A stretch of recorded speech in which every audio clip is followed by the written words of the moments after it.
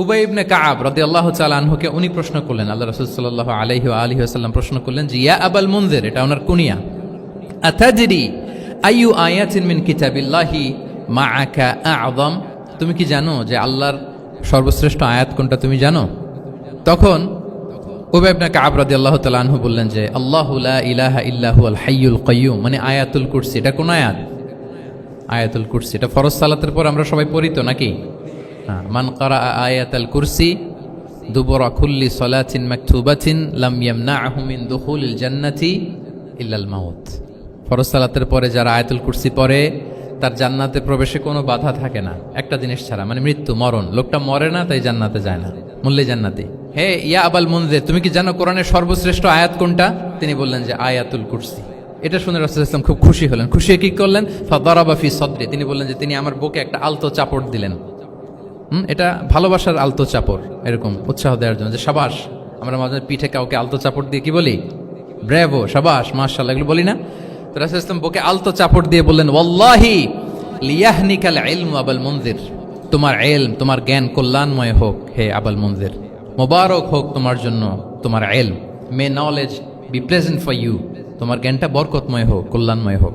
তাহলে তিনি যখন সঠিক উত্তর দিতে পারলেন, রাসূলুল্লাহ সাল্লাল্লাহু আলাইহি ওয়াসাল্লাম খুশি হয়ে বুকে আলতো চাপড় দিয়ে তার প্রশংসা করলেন, তার জন্য দোয়া করলেন। রাসূলুল্লাহ সাল্লাল্লাহু আলাইহি ওয়াসাল্লাম এভাবে উৎসাহ দিতেন। এতে করে কি হয়? শিক্ষার্থীদের কনফিডেন্ট বাড়ে। কি হয়? যে স্যার যখন আমাকে এত কিছু বলতেছে তাহলে নিশ্চয়ই আমি কিছু একটা ভালো কিছু করছি, আমাকে দিয়ে কিছু একটা হবে। আমাকে দিয়ে আমরা অনেক সময় ভুল করে বলে ফেলি যে তোকে দিয়ে কিছুই হবে না, বলে ফেলি না? এতে হয় কি? কনফিডেন্ট কমে যায়। মা বাবারাও এটা করে যে তুই কিছুই পারবি না, তোকে দিয়ে কিছুই হবে না। বাংলাদেশে একটা বিখ্যাত কথা আছে, ওই যে ছেলে মেয়ে এ প্লাস না পেলে পাশের বাড়ির কেউ পেলে বলে যে ওর পা ধোয়া পানি খা। তো আসলে এতে কি হয়? কনফিডেন্স কমে যায় ছেলে মেয়েদের। এটা যেন আমরা না বলি, বরং ওদেরকে ইন্সপায়ার করতে হবে, হ্যাঁ, উৎসাহিত করতে হবে, প্রশংসা করতে হবে। সাহাবীদের ভালো কিছু দেখলে সঠিক উত্তর তারা দিতে বলে রাসূলুল্লাহ সাল্লাল্লাহু আলাইহি ওয়াসাল্লাম প্রশংসা করতেন। আচ্ছা, গেল, এটা একটা পদ্ধতি। আরেকটা হচ্ছে কোনো গুরুত্বপূর্ণ জিনিসকে এমফাসাইজ করার জন্য রাসূলুল্লাহ সাল্লাল্লাহু আলাইহি ওয়াসাল্লাম রিপিটেশন করতেন, তাকরার করতেন। গুরুত্বপূর্ণ জিনিসকে তিনি 3 বার উল্লেখ করতেন, তাকরার করতেন। আত-তাকওয়া হাহুনা, আত-তাকওয়া হাহুনা, আত-তাকওয়া হাহুনা ওয়া ইউশিরু ইলা সাদরিহি সালাসা মাররাত। তাকওয়া এখানে, এখানে, এখানে 3 বার। একবার বললেই তো হয়ে যায়, 3 বার কেন বলেন? এটা গুরুত্বপূর্ণ, ভেরি ইম্পর্টেন্ট ইস্যু।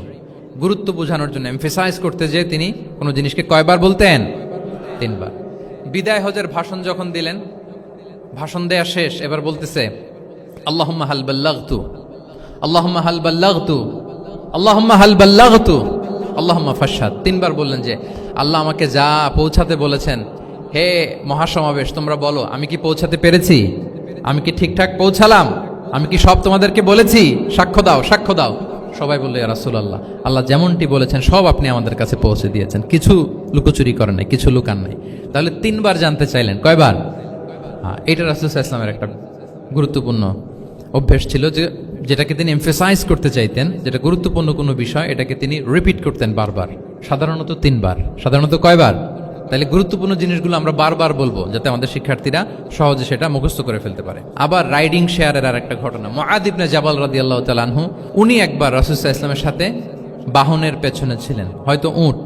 কুনতু রিদফান নবী, মুআয ইবনে জাবাল বলেন আমি রাসূল সাল্লাল্লাহু আলাইহি ওয়াসাল্লামের পেছনে একবার বসা ছিলাম।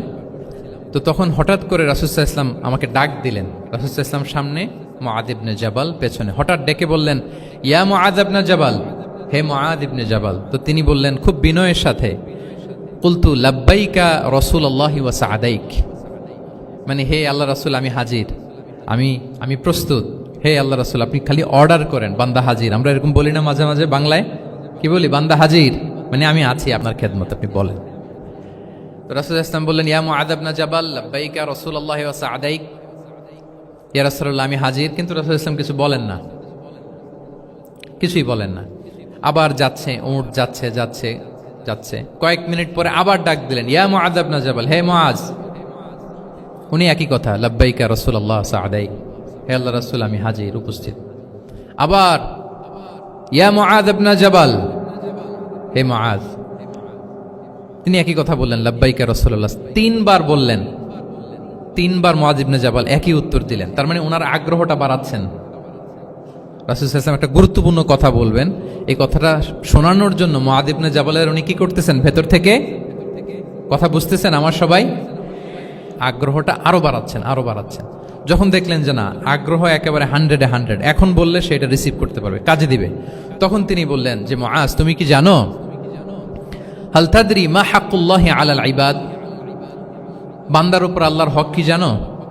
তিনি বললেন আল্লাহু ওয়া রাসূলুহু আ'লাম, আল্লাহ রাসূল ভালো জানেন। সাহাবাদের একটা বৈশিষ্ট্য ছিল, they are very down to earth, মানে আউট অফ হাম্বলনেস তারা বলতেন আল্লাহ রাসূল ভালো জানে। তো তিনি বললেন যে আল্লাহর বান্দার উপর আল্লাহর অধিকার হচ্ছে যে বান্দা কখনো আল্লাহর সাথে শিরক করবে না, এক আল্লাহর ইবাদত করবে। কিছুক্ষণ পর আবার ইয়া মুআয ইবনে জাবাল, দেখেন কি স্টাইল, মানে রাজকীয় একটা স্টাইল, ইয়া মুআয ইবনে জাবাল, আবার তিনি লাব্বাইক ইয়া রাসূলুল্লাহ সাআদাই, হে আল্লাহর রাসূল আমি তো হাজির, তুমি কি জানো যে আল্লাহর প্রতি বান্দার হক কি? আবার বললেন যে আল্লাহর রাসূলই ভালো জানেন। তখন রাসূল সাল্লাল্লাহু আলাইহি ওয়াসাল্লাম বললেন যে আল্লাহর হক যেমনি তুমি জানলে যে বান্দা আল্লাহর সাথে শরীক করবে না, এক আল্লাহর ইবাদত করবে, এটা যদি কোনো বান্দা করে তাহলে ওই বান্দাকে কখনো আল্লাহ শাস্তি দিবেন না। এটা হচ্ছে বান্দার হক, আল্লাহর কাছ থেকে সে এটা পাবে যে আনলা ইউআযিবাহুম, আল্লাহ তাআলা তাকে কখনো শাস্তি দিবেন না। তাহলে এটা ছিল রাসূল সাল্লাল্লাহু আলাইহি ওয়াসাল্লামের অভ্যেস যে তিনি একই কথা বারবার বলে আগ্রহ বাড়াতেন। 3 বার তিনি বলেছেন, 3 বার ডাক দিয়েছেন হে মুআয ইবনে জাবাল। তাহলে রিপিটেশন, এটা একটা অভ্যেস ছিল রাসূল সাল্লাল্লাহু আলাইহি ওয়াসাল্লামের, পাঠদানের ক্ষেত্রে একটা পদ্ধতি। আচ্ছা, রাসূল সাল্লাল্লাহু আলাইহি ওয়াসাল্লামের আরেকটা পদ্ধতি ছিল যে তিনি ধারণ ক্ষমতা অনুযায়ী নির্দেশনা দিতেন, considering the state of the addressee, যাকে অ্যাড্রেস করতেছেন তার ক্যাপাসিটি কতদূর, এটা বুঝে শুনে বলতেন, খুব বাড়িয়ে বলতেন, বেশি কিছু বলতেন না। এক বেদুইন আসলো, বেদুইন মানে সে মরুপল্লীতে থাকে, শহরের যে নিয়ম কানুন জানে না, সভ্যতার ছোঁয়া তার মধ্যে লাগেনি, এসে বলল দুল্লানি আলা আমাল আমিলতুহু ইদা আমিলতুহু দাখালতুল জান্নাহ, হে নবী আপনি আমাকে এমন একটা আমল শিখায় দেন যেটা করলে আমি জান্নাতে যাব। তো রাসূল সাল্লাল্লাহু আলাইহি ওয়াসাল্লাম দেখলেন লোকটা বেদুইন, শহরে লোক না, আবার খুব সহজ সরল, একেবারে সাদামাটা। তো রাসূল সাল্লাল্লাহু আলাইহি ওয়াসাল্লাম বললেন 4টা কাজ করবা, তা'বুদাল্লাহ ওয়া লা তুশরিকু বিহি শাইআ, তুকিমাস সালাতাল মাকতুবা, তুআদ্দি যাকাতাল মাফরুদা ওয়া তাসুমা রমাদান। 4টা কাজ, এক আল্লাহর ইবাদত করবা, শিরক করবা না, ফরজ সালাত পড়বা, ফরজ যাকাত দিবা, রমজানের ফরজ রোজা রাখবা। কয়টা কাজ? কয়টা বলছে? Very simple to memorise, right? আচ্ছা, এটা যখন সে বলল তখন সে বেদুইন বলতে আরম্ভ করলো যে আল্লাহর শপথ করে আমি বললাম লা আযীদু আলা হাযা শাইআন ওয়া লা আনকুসু মিন, ঠিক আছে আমি এই 4টাই করব, বাড়াবো না কমাবো না, এর চেয়ে বেশি কোনোদিন কিছু করব না, কমও করব না। মানে খালি আল্লাহরে মানবো, ফরজ নামাজ পড়বো, ফরজ যাকাতটা দিব, আর ফরজ রোজাটা রাখবো, আর কোনো আমল টামল আমার জীবনে আমি করব, বাড়াবো না কমাবো না। তো রাসূল সাল্লাল্লাহু আলাইহি ওয়াসাল্লাম বললেন যে কেউ যদি জান্নাতি লোক দেখে নিজের চোখ জোড়াতে চায়, খুশি হতে চায়, তারা যেন এই লোকের দিকে তাকায়, মানে এই লোকটা জান্নাতি। আল্লাহু আকবার, চলে গেল। দেখেন তার কাছে কিন্তু আমলের বিশাল ফিরিস্তি নিয়ে রাসূল সাল্লাল্লাহু আলাইহি ওয়াসাল্লাম হাজির হয় নাই, কারণ তার ক্যাপাসিটি দেখতে হবে, তার সক্ষমতা, সে কদ্দুর নিতে পারবে। রাসূল সাল্লাল্লাহু আলাইহি ওয়াসাল্লাম অবজার্ভ করে দেখলেন যে বেদুইন মানুষ, তারে বেশি কিছু বললে কাজে দিবে না, অল্প একটু বলছে, ওইটা মেনেই সে কি হয়ে গেছে, জান্নাতি হয়ে গেছে। এটা অনেক সময় আমরা ভুল করে ফেলি। শিক্ষার্থীদের মধ্যে সবার রিসিভিং ক্যাপাসিটি এক ধরনের হয় না, কারো খুব বেশি, কারো খুব কম। তো একজন আদর্শ শিক্ষকের কাজ হচ্ছে এটাকে ফলো করা, অবজার্ভ করা, এবং যেটা তাদের সক্ষমতায় কুলায় ঠিক অতটুকু তাদেরকে দেয়, এর চেয়ে বেশি কিছু না। রাসূল সাল্লাল্লাহু আলাইহি ওয়াসাল্লামের আরেকটা পদ্ধতি ছিল গ্রাজুয়ালিটি, স্টেপ বাই স্টেপ, ধীরস্থিরভাবে, অল্প অল্প করে, শাইআন ফাশাইআন, আর তাদাররুজ বিল বাদই বিল আহাম্মি সুম্মাল মুহিম, আগে সবচেয়ে গুরুত্বপূর্ণ, starting with the most important affair first, then the important affair, then the important, সবচেয়ে গুরুত্বপূর্ণটা আগে, এরপরে যেটা কম গুরুত্বপূর্ণ, এরপর কম গুরুত্বপূর্ণ। তাহলে একটু একটু করে বললে এটা মানুষের ফিতরাতের সাথেও যায়, তার নেচারের সাথেও যায়। আমরা মদ হারাম হওয়ার কথা জানি, কয়টা স্টেপে হারাম হয়েছিল মদ? একবারে যদি বলা হতো বন্ধ করার সহজ হতো, সাহাবাদের জন্য হতো না। অনেকে আছে দেখবেন যে চেইন স্মোকার, চেইন স্মোকার বুঝতে পেরেছেন তো, মানে অনেক সিগারেট খায়, লেটসে দিনে 10 থেকে 15টা খায়। তো যে চেইন স্মোকার, আপনি যদি বলেন যে এটা হারাম, আজকেই তোমার বাদ দিতে হবে, হারাম, এটা খাইতে পারবে না, পারবে? ও দুনিয়া সব বাদ দিতে পারবে, সিগারেট বাদ দিতে পারবে না। তো তারে কি করতে হবে? ফ্লেক্সিবিলিটি দিতে হবে, যে আস্তে আস্তে ছাড়েন, 10টা করে খান তো চালাইতে থাকেন, আজকে 10টা খাইছেন, কালকে 9টা করে খান, চালাইতে থাকেন, একসাথে সব বন্ধ করার দরকার নেই। তারপরের সপ্তাহে 8টা করে খান, এরপরের সপ্তাহে 5টা করে খান, অল্প অল্প করে অবশ্যই সে কমাতে পারবে। এরপরের সপ্তাহে 2টা খান, এরপরের সপ্তাহে বন্ধ করেন না, চালাইতে থাকেন। সে চালাচ্ছে কিন্তু কমিয়ে আনতেছে, চালাচ্ছে কিন্তু। আচ্ছা, যেই সপ্তাহে সে একটা সিগারেট খেলো, এরপরের সপ্তাহে ওটা তো বাদ দিলেও তার গায়ে লাগার কথা না, ঠিক কিনা বলেন? যেই সপ্তাহে কয়টা খেলো এটা তো স্যাক্রিফাইস করা যায়, কিন্তু 10টা থেকে 0-তে আসা সহজ না। তাহলে গ্রাজুয়ালি আমরা এই ভুলটা করি। অনেকের নতুন করে আল্লাহ তাআলা রিয়েলাইজেশন দিয়েছেন, নতুন দিনে আসছে, দিনে ফিরছে, মানে প্র্যাকটিসিং হতে চায়। এখন আপনি তারে পাইয়া এমন নিয়ম কানুন দেখাচ্ছেন, বেচারা তো বলে আগে যা ছিলাম ওইটাই ভালো ছিলাম। এরকম হয় না অনেক সময়? হ্যাঁ, ধরেন যে কোনো একজন নারী, সে হয়তো পর্দা মেনটেন করে না, একটু হিপ হপ স্টাইলে চলাফেরা করে, তো সে ভাবলো যে না, আমি তো অনেক ভুল করে ফেলছি, আমি সংশোধন হব, আমি প্র্যাকটিসিং হতে চাই। তা এখন যখন সে আপনার কাছে আসছে নাসিহাত নেওয়ার জন্য, আপনি যদি বলেন যে তোমার এই করতে হবে, বোরকা ঝুলাইতে হবে, হাত মোজা পা মোজা, পারবে? এ বলবে আগে যা ছিলাম ভালোই ছিলাম। তাকে একটু একটু করে বোঝাতে হবে, মানে এই হেজাব এটা কেন, হ্যাঁ, কাভারিং আওরা এটা কেন, কেন এটা করতে, এটা বেনিফিটটা আগে বুঝালেন। যে Islam consider women as a queen, নারীকে ইসলাম কি হিসেবে কনসিডার করে? রানী হিসেবে। তো রানীর তো একটা ড্রেস কোড থাকবে, স্পেশাল পোশাক থাকবে, এগুলো বুঝাবেন। সে যাতে একটু নিজেকে গুছিয়ে চলে, শুরুর দিকে আপনি এই বার্তা দিতে পারেন যে একটু গুছিয়ে চলতে হবে। এরপর একটু শালীন পোশাকে যেন সে অভ্যস্ত হয়, এটা বললেন। সে যখন শালীন পোশাকে অভ্যস্ত, তারপরে হেজাবের ফজিলত বললেন, সে যেন হেজাব পরে।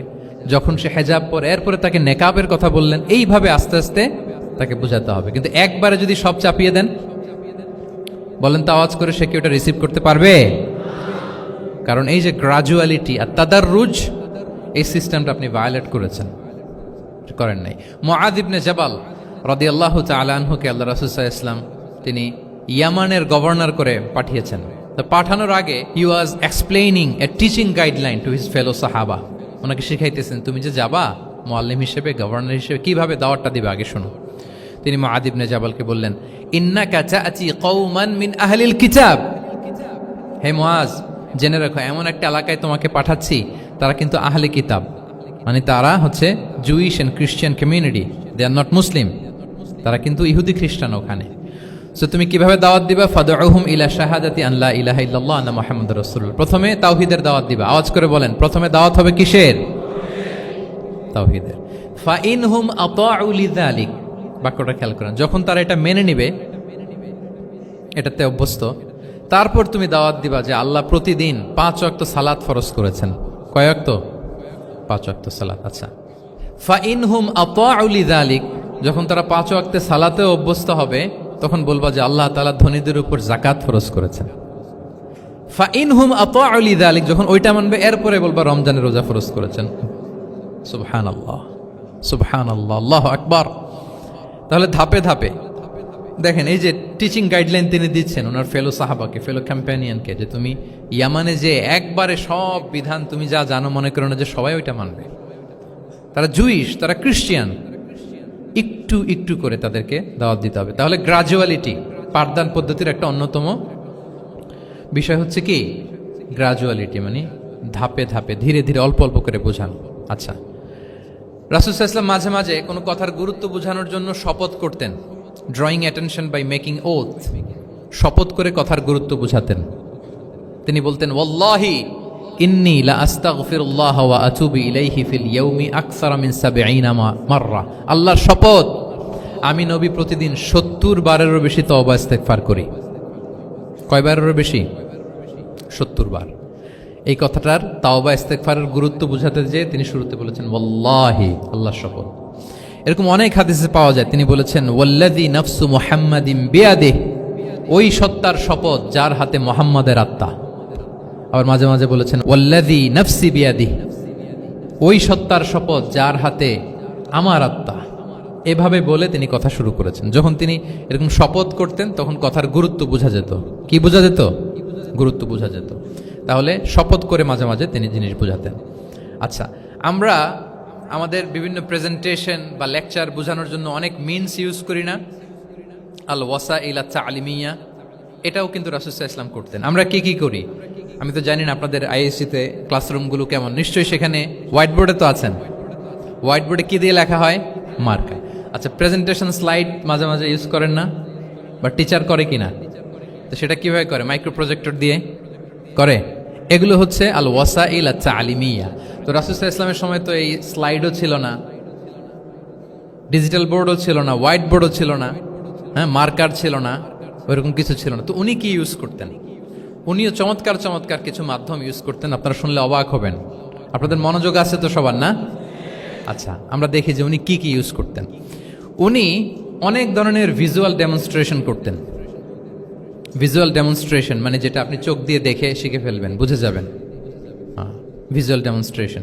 ফিজিক্যাল জেস্চার ইউজ করে এটা করতেন। ফিজিক্যাল জেস্চার, অঙ্গভঙ্গি, বাংলা কি বলে? অঙ্গভঙ্গি। রাসূল সাল্লাল্লাহু আলাইহি ওয়াসাল্লাম, এটাতে তো আর কিছু আধুনিক বিজ্ঞান আইটি তো লাগতেছে না, কি বলেন? আমার হাত পা দিয়ে আমি একটা কিছু বোঝাচ্ছি।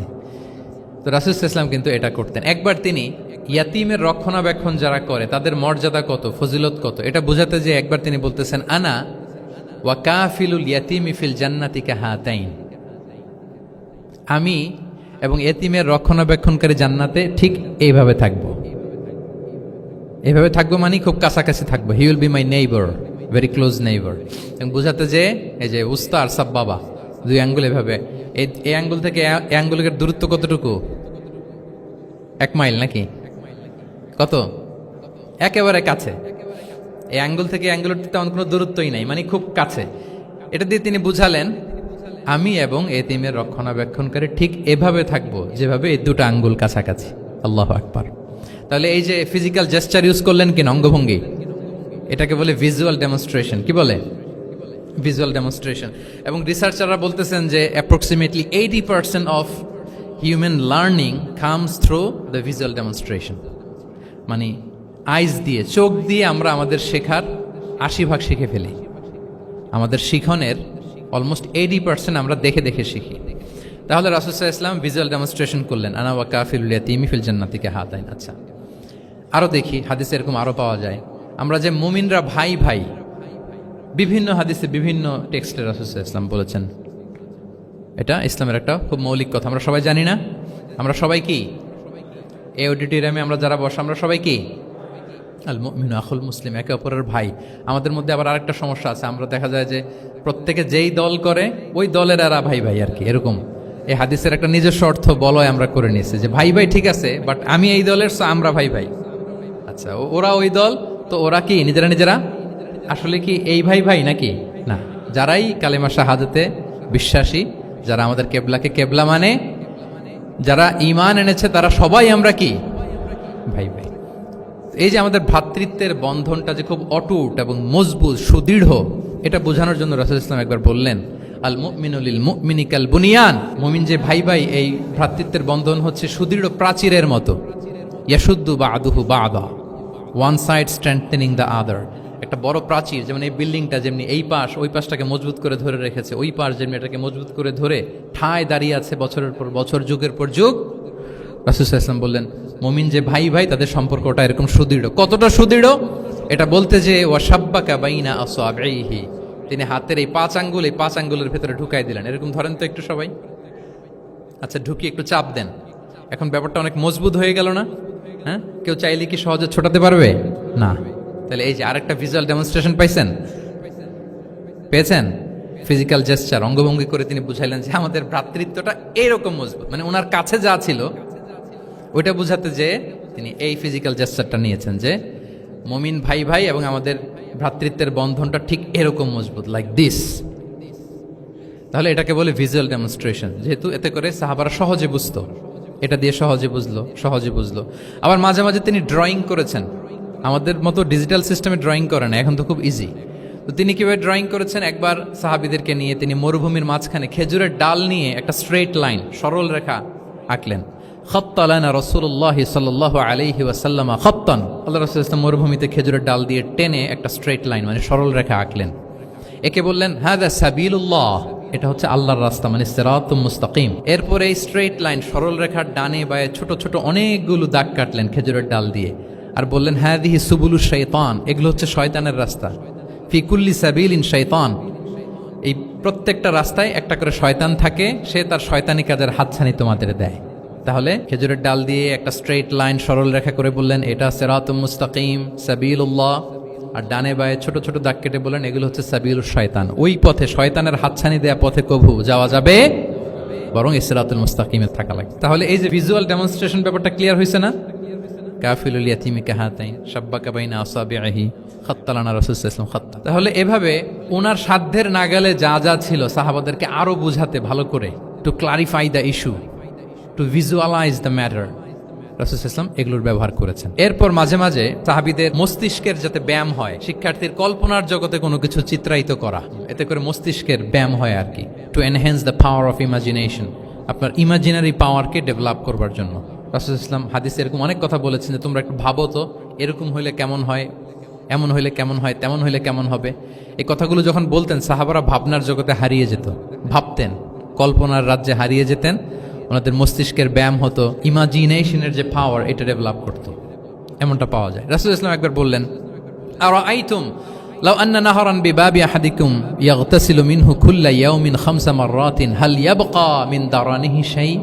আচ্ছা বলো তো, তোমরা একটু ভাবো তো, কল্পনার রাজ্যে হারিয়ে যাও, ভেবে দেখো তো, ধরো যে তোমার বাড়ির সামনে একটা ঝর্ণাধারা আছে বা একটা চমৎকার লেক আছে যেখানে স্বচ্ছ স্ফটিক পানি, তুমি যদি প্রতিদিন ওই ঝর্ণায় যে বা ওই লেকে নেমে 5 বার গোসল করো, তোমার গায়ে কোনো ময়লা থাকবে আর? সাহাবারা কল্পনা করে বলে না, মনে মনে ভাবতেছে যে গোসল করতেছে, 5 বার গোসল করার পরে আর আমার গায়ে দুর্গন্ধ, ঘামের গন্ধ থাকবে কি করে? না, কোনো ময়লা থাকবে না। সাহাবারা বলল লা ইয়া রাসূলুল্লাহ লা ইয়াবকা মিন দারানিহি শাই। রাসূল ইসলাম তখন বলেন ফাকাযালিকা মাসালু সলাওয়াতিল খামস, এটা হচ্ছে 5 ওয়াক্ত সালাতের দৃষ্টান্তের মতো, ইয়ামহুল্লাহু বিহিন্নাল খাতায়া।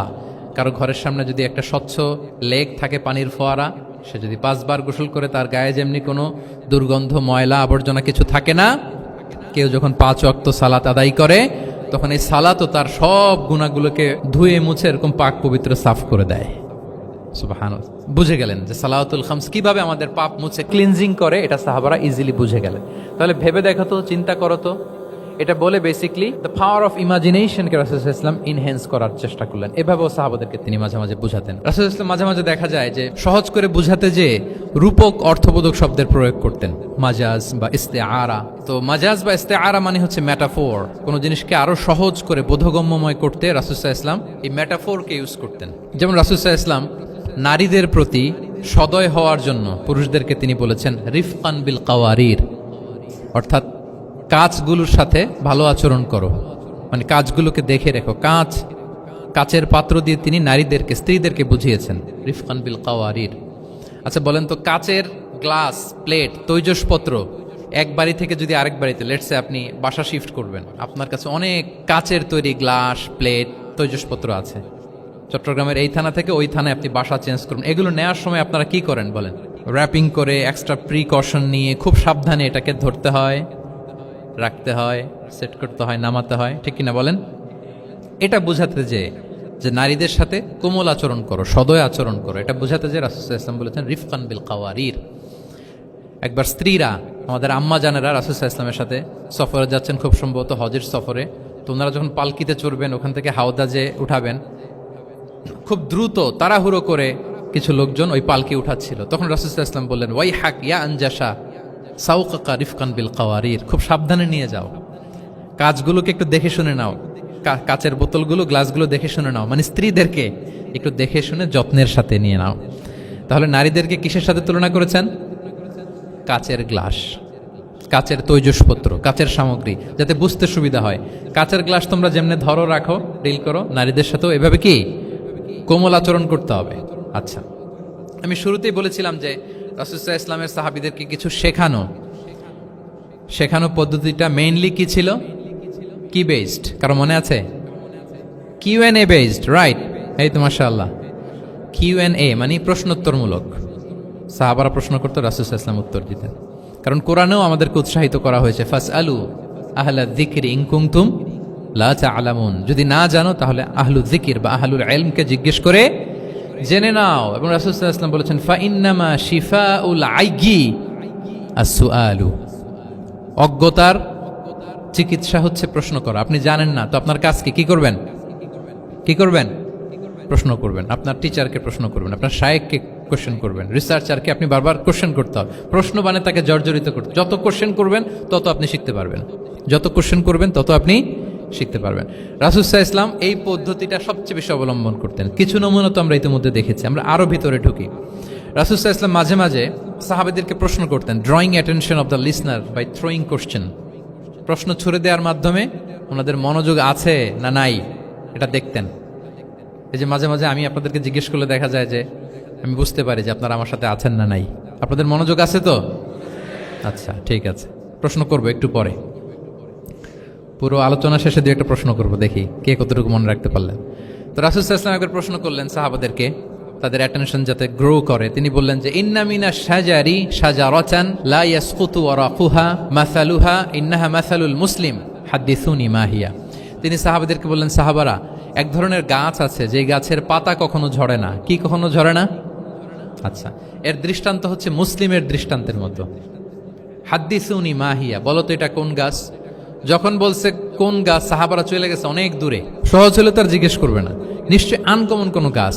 এবার ভাবতেছে, দেখি তো খাইবারে গেছিলাম, খাইবারের আশেপাশে কি গাছ আছে।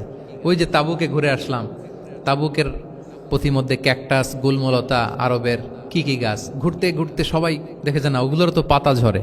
খুঁজতে খুঁজতে সারা দুনিয়া খুঁজে ফেলতেছে সাহাবারা, কিন্তু ওনাদের নিজেদের জাতীয় গাছ যেটা, ঘরের পিছনে যে গাছের সারি সারি, যে গাছের ফল খেয়ে ওনারা জীবন ধারণ করেন, যেটা ওনাদের সমাজ, রীতি, ঐতিহ্য, ট্র্যাডিশনের সাথে জড়িত, ওই গাছের নামে ভুলে গেছে। ওইটা মনে করতে পারতেছে, সবাই দূরে চলে গেছে। হাদিসে এসেছে ফাওয়াকা আন্না সুফি শাজারিল বাওয়াদি, দূর দূরান্তের গাছ নিয়ে ভাবতেছে, ভেবে ভেবে হয়রান, কেউ বলতে পারে না। তখন বাধ্য হয়ে রাসূল সাল্লাল্লাহু আলাইহি ওয়াসাল্লামকে বলল, ইয়া রাসূলুল্লাহ, আপনি একটু আমাদেরকে বলে দেন যে ইয়া রাসূলুল্লাহ হাদিসনা মা হিয়া, এটা কোন গাছ? তখন রাসূল সাল্লাল্লাহু আলাইহি ওয়াসাল্লাম বললেন, ইন্নাহা নাখলা, খেজুর গাছ। খেজুর গাছের পাতা পড়ে না, ডাল টেনেও ছিঁড়া যায় না, খুব কষ্ট। তো এটার দৃষ্টান্ত মুসলিমের দৃষ্টান্তের ন্যায়। তাহলে কোনো সাহাবারা পারলেন না। পরবর্তীতে হাদিসের যিনি বর্ণনাকারী আব্দুল্লাহ ইবনে ওমর তখন ছোট ছিলেন। বাড়িতে যাওয়ার পথে ওমর রাদিয়াল্লাহু তাআলা আনহুকে বলতেছেন যে, বাবা, আব্বা, এটা যে খেজুর গাছ আমার কিন্তু মাথায় আসছিল। তোমারে ফারুক বলেন, বলো কি, তোমার মাথায় আসছিল, তুমি বললে না কেন? উনি বলে নাই কারণ সিনিয়র সাহাবারা পারতেছে না, বাপ চাচারা কেউ পারে না, আমি ছোট মানুষ বইলে আবার কোন বিপদে পড়ি, বিনয়ী মানুষ, উনি আর বলেন নাই, লাজুকতাও কাজ করতেছিল। তোমারে ফারুক বললেন, যদি আজকে তুমি এটার উত্তর নবীর সামনে দিতে পারতা, আমার বুকটা এত বড় হয়ে যেত নবীর সামনে। লাল কপাল বিশিষ্ট উট পেলে আরবরা যত খুশি হয়, আজকে আমি তার চেয়ে বেশি খুশি হয়ে যেতাম। তাহলে ওমরে ফারুক রাদিয়াল্লাহু তাআলা আনহু, ওনার ছেলে আব্দুল্লাহ ইবনে ওমর, উনি এটার উত্তর ধরতে পারছেন, কিন্তু উনি বলেন নাই। তাহলে দেখেন রাসূল সাল্লাল্লাহু আলাইহি ওয়াসাল্লাম এরকম কোশ্চেন করতেন, কোশ্চেন করে তারপরে উত্তরটা বলতেন, এতে আর মানুষ ভুলে না। বাংলা একটা কথা আছে যে, শিখেছ কোথায়, ঠেকেছি যেথায়। জিজ্ঞেস করছে, পারি না, মনে আসে না, হঠাৎ করে যখন উত্তরটা বলে, এইটা যেরকম মনে থাকে আজীবন, অন্য কিছু থাকবে না। একটু যদি ঠেকে ঠেকে পারতেছি না, বুঝতেছি না, এরপর যখন বুঝাই দেওয়া হয়, ভালো করে শিখে নেই, এইটা আজীবন মনে থাকে ব্রেইনে। এই পদ্ধতিটা রাসূল সাল্লাল্লাহু আলাইহি ওয়াসাল্লাম অবলম্বন করতেন। প্রশ্ন করে অপারক করে দিতেন, কেউ পারে না, এরপর রাসূল সাল্লাল্লাহু আলাইহি ওয়াসাল্লাম বুঝিয়ে বলতেন, সবার একেবারে ব্রেইনের মধ্যে, মস্তিষ্কে এটা গেঁথে দিত। তাহলে প্রশ্ন ছুটতেন। আচ্ছা, এরকম অনেক হাদিস আপনারা পাবেন রাসূল সাল্লাল্লাহু আলাইহি ওয়াসাল্লাম প্রশ্ন করে তারপরে উত্তর দিয়েছেন। আতাদরুনা মাল গীবা, তোমরা কি জানো গীবত কি?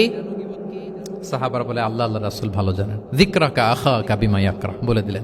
আতাদরুনা মানিল মুফলিস, তোমরা কি জানো মুফলিস কে? এইভাবে প্রশ্ন করতে করতে সাহাবাদেরকে শিখাতেন।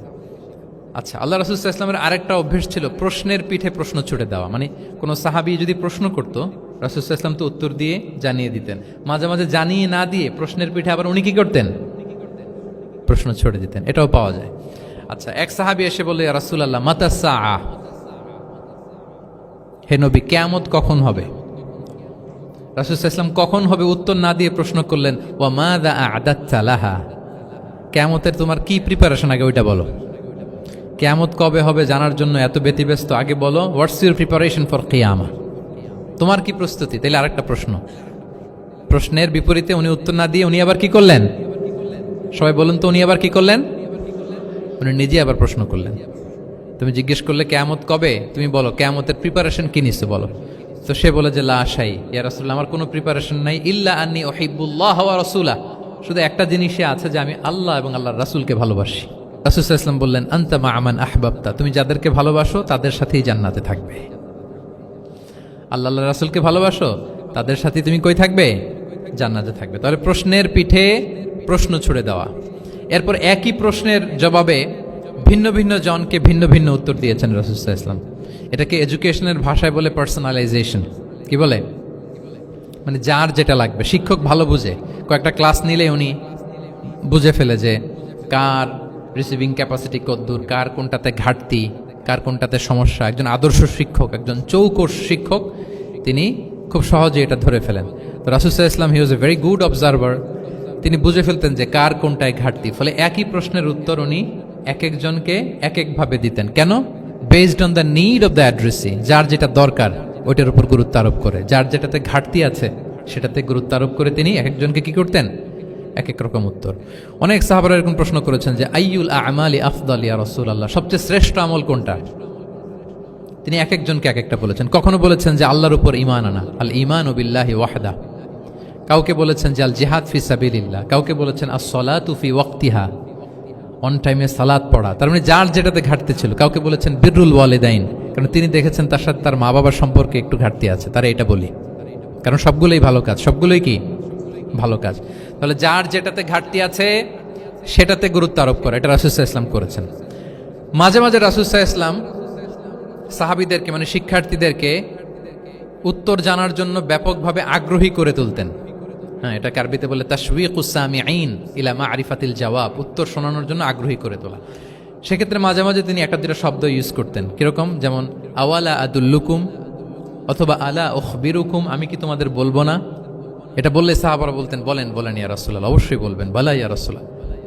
আওয়ালা উখবিরুকুম, আমি কি তোমাদের জানিয়ে দিব না? সাহাবারা বলতেন ইয়া রাসূলুল্লাহ, অবশ্যই আপনি আমাদের জানিয়ে দিবেন। যেমন তিনি বললেন যে কেউ জান্নাতে যাবে না মুমিন হওয়া ছাড়া, কেউ ইমানদার হতে পারবে না যতক্ষণ না একে অপরকে তোমরা ভালো না বাসো। তাহলে তো এটা গুরুত্বপূর্ণ বিষয়।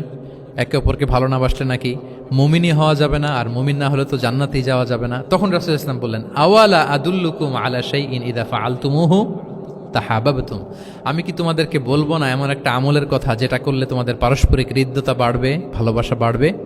তখন তিনি বললেন সেটা কি? আফশুস সালামা বাইনাকুম, তোমাদের মাঝে ব্যাপক সালামের প্রসারণ করো, সালামের প্রসার করো, একে অপরকে বেশি বেশি সালাম দাও। ব্যাপারটাকে এইভাবে প্রেজেন্ট না করে উনি যদি বলতেন সাহাবারা বেশি বেশি সালাম দিও, এটা সওয়াবের কাজ অনেক। এটা হচ্ছে একটা প্রেজেন্টেশন। আর একটা হচ্ছে এমনভাবে এটাকে উপস্থাপন করা যে মুমিন না হলে জান্নাতে যাবা না, আর একে অপরকে ভালো না বাসলে মুমিন হতে পারবে না। তোমরা কি জানো কি করলে একে অপরের মধ্যে ভালোবাসা বাড়ে? এরপর রাসূল সাল্লাল্লাহু আলাইহি ওয়াসাল্লাম বলতেন যে সালাম দেওয়ার মাধ্যমে ভালোবাসা বাড়বে। একবার রাসূল সাল্লাল্লাহু আলাইহি ওয়াসাল্লাম বললেন আলা উখবিরুকুম বিআফদালা মিন দারাজাতিস সিয়ামি ওয়াস সালাতি ওয়াস সাদাকা, আমি কি তোমাদের জানাবো না যে নামাজ, রোজা, সাদাকার চেয়েও বেশি ফজিলতের একটা আমল আছে, সেটা কি আমি কি তোমাদের জানাবো না? সাহাবারা বললেন ক্বালু বালা ইয়া রাসূলুল্লাহ, হে আল্লাহর রাসূল অবশ্যই জানাবেন, অবশ্যই জানাবেন। কারণ নামাজের চেয়েও বেশি গুরুত্বপূর্ণ, সাদাকার চেয়েও বেশি গুরুত্বপূর্ণ, সিয়ামের চাইতেও বেশি গুরুত্বপূর্ণ আমল, সেটা কি? তখন রাসূল সাল্লাল্লাহু আলাইহি ওয়াসাল্লাম বললেন সেটা হচ্ছে ইসলাহু যাতিল বাইন, বিবাদমান দুই গ্রুপকে মিলিয়ে দেয়া, বিবাদমান দুই ব্যক্তিকে মিলিয়ে দেয়া। এটা নফল নামাজ, নফল সাদাকা, নফল রোজার চেয়েও বেশি কি ফজিলতপূর্ণ, বেশি গুরুত্বপূর্ণ। আমরা তো মনে করি শুধু নামাজ পড়লেই বোধহয় আমি অনেক সওয়াব পেলাম, রোজা রাখলেই সওয়াব পেলাম, শুধু জিকির করলে সাদাকা করলেই সওয়াব পেলাম। কিন্তু রাসূল সাল্লাল্লাহু আলাইহি ওয়াসাল্লাম বলেন যে দুইজনের মধ্যে একটু মনোমালিন্য তুমি মিলিয়ে দাও, এটা এর চেয়েও বেশি সওয়াবের। আল্লাহু আকবার। দুই গোষ্ঠীর মধ্যে দীর্ঘদিনের ঝগড়া মিলিয়ে দাও, এটা এর চেয়েও বেশি সওয়াবপূর্ণ। রাসূল সাল্লাল্লাহু আলাইহি ওয়াসাল্লাম মক্কা থেকে মদিনায় যেয়ে কি করেছেন? আউস এবং খাজরাজের দীর্ঘদিনের যুদ্ধ 1 ঘন্টার মধ্যে কি settle down. He was a very good mediator and arbitrator, চমৎকার মধ্যস্থতা করতে জানতেন তিনি। তাহলে এইভাবে উত্তর জানার জন্য শিক্ষার্থীদেরকে আগ্রহী করে তুলতেন। আচ্ছা, আরেকটা পদ্ধতি ছিল অবজারভেশন অ্যান্ড কারেকশন। রাসূল সাল্লাল্লাহু আলাইহি ওয়াসাল্লাম, আমি আলোচনার শুরুতেই বলেছি, হি was a very good observer, চমৎকার পর্যবেক্ষণ করতেন এবং সংশোধন দিতেন। কে কি করছেন এটা খেয়াল রাখতেন, মানে চোখ কান খোলা রাখতেন। বাংলা আমরা কি বলি? চোখ কান খোলা রাখা। মসজিদে নববীতে এরকম ভুরি ভুরি পাবেন যে রাসূল সাল্লাল্লাহু আলাইহি ওয়াসাল্লাম কে কি করতেছে অবজার্ভ করতেছে, ওইটার উপর বেস করে তাকে নাসিহা করতেছে। একটা বিখ্যাত হাদিস তো আপনারা জানেন, রাসূল সাল্লাল্লাহু আলাইহি ওয়াসাল্লাম বসা, এক বেদুইন আসলো, এসে তার উটটা মসজিদে নববীতে বাঁধলো, বেদে 2 রাকাত নামাজ পড়লো, নামাজ পড়ে হাত তুলে আল্লাহর কাছে দোয়া করে, ইয়া আল্লাহ আল্লাহুম্মা আরহামনি ওয়া মুহাম্মাদা ওয়ালা তারহাম মা'ানা আহাদা, মানে ও আল্লাহ তুমি শুধু আমারে রহম করো আর মুহাম্মদ সাল্লাল্লাহু আলাইহি ওয়াসাল্লামের রহম করো, আমাদের দুইজনের সাথে আর কাউরে রহম করো না তুমি। বেদুইন তো কি, বেদুইন মরুপল্লীতে বসবাস। আদাবুদ দোয়া, দ্য এটিকেটস অফ দোয়া, দোয়ার যে একটা আদব আছে, অন্যের জন্য দোয়া করলে যেটা নিজের লাভ, এগুলো তো জানে না। আল্লাহ তুমি আমারে মাফ করো, মুহাম্মদ সাল্লাল্লাহু আলাইহি ওয়াসাল্লামকে মাফ করো, আমাদের ছাড়া আর কাউরে মাফ করো না, কাউরে রহম করো না। এটা রাসূল সাল্লাল্লাহু আলাইহি ওয়াসাল্লাম দূর থেকে বসে বসে অবজার্ভ করছেন আর বললেন, হায় রে, লোকটা একটা প্রশস্ত জিনিসকে সংকীর্ণ বানায় ফেললো। গোটা বিশ্বের সবাইকে যদি আল্লাহ ক্ষমা করে, রহম করে, আল্লাহর রহমের দরিয়ায় কোনো ঘাটতি হবে বলেন তো? হবে? একটা প্রশস্ত বিষয়কে সে সংকীর্ণ করে ফেললো। এরপর কতটা সে বেদুইন, কি প্রকৃতির ছিল দেখেন। দোয়া টোয়া শেষে মসজিদে নবীর মাঝখানে বসে পেশাব করা আরম্ভ করছে। বিখ্যাত হাদিস জানেন, সবাই মারতে গেল, রাসূল ইসলাম থামালেন, বললেন পানি ঢেলে দাও, আর তাকে ডেকে বললেন, দেখো তুমি যে এখানে এই কাজটা করলা, প্রস্রাব করলা, এটা আমাদের এই মদিনার কমিউনিটির এবাদতগাহ। এখানে এই কমিউনিটির লোকেরা নামাজ পড়ে, আল্লাহর জিকির করে, আল্লাহর কিতাব তেলাওয়াত করে, এটা কি ঠিক হলো তোমার? সে তো লজ্জায় অনুতপ্ত হয়ে কাচুমাচু। তাহলে এই যে অবজারভেশন করতেন এবং কারেকশন করতেন। আবার একদিন মসজিদে নববীতে বসা এক সাহাবী এসে নামাজ পড়লেন। নামাজ রাসূল ইসলাম দূর থেকে দেখতেছেন লোকটা কি করে। নামাজ পড়লো 2 রাকাত, পরে এসে নবীকে সালাম দিল। রাসূল ইসলাম সালামের উত্তর দিয়ে বললেন, ইরজি' ফাসাল্লি ফাইন্নাকা লাম তুসাল্লি, যাও আবার পড়ো, কারণ তুমি নামাজ পড়ো নাই, মানে নামাজটা ঠিক মতো হয় নাই। ইউ ডিডন্ট অফার ইউর সালাহ in a correct way, proper manner. ওই সাহাবী যে আবার 2 রাকাত পরে আসলেন, রাসূল ইসলাম একই কথা বললেন, ইরজি' সল্লি ফাইন্নাকা লাম তুসাল্লি, হয়নি নামাজ, আবার পড়ো। আবার পরে আসলেন, আবারও একই কথা। এখন 3 বার পড়ার পরেও যখন হয় না, বেচারা ভাবলেন আবার যে বললে তো একই হবে, আমি তো এটাই জানি। তিনি বললেন, মা উহসিনু গায়রাহ, ইয়া রাসূল, এর চেয়ে ভালো আমি আর পারি না, ফাআল্লিমনি ইয়া রাসূলুল্লাহ, হে নবী আমাকে একটু শিখিয়ে দেন কিভাবে পড়ব। রাসূল সাল্লাল্লাহু আলাইহি ওয়াসাল্লাম বললেন, যখন নামাজে দাঁড়াবে, আল্লাহু আকবার বলে দাঁড়াবে, এরপর কোরআন থেকে যা সহজ লাগে পড়বে, তাড়াহুড়ো করবে না। কি করবে না? সবাই বলেন, কি করবে না?